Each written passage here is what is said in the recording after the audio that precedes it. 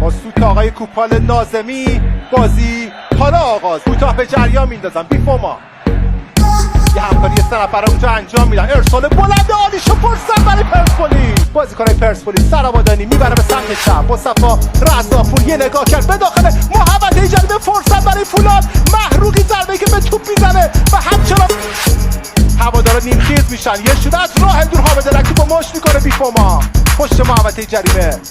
حامد توپ حرکت میکنه آلیسا، یه پاس تماشایی، ضربه‌ای که زده فرصت ایران رو داره اونجا. بیفوما میکنه برای همتیمی، شوتی که زده میشه، گل برای پرسپولیس. علی پور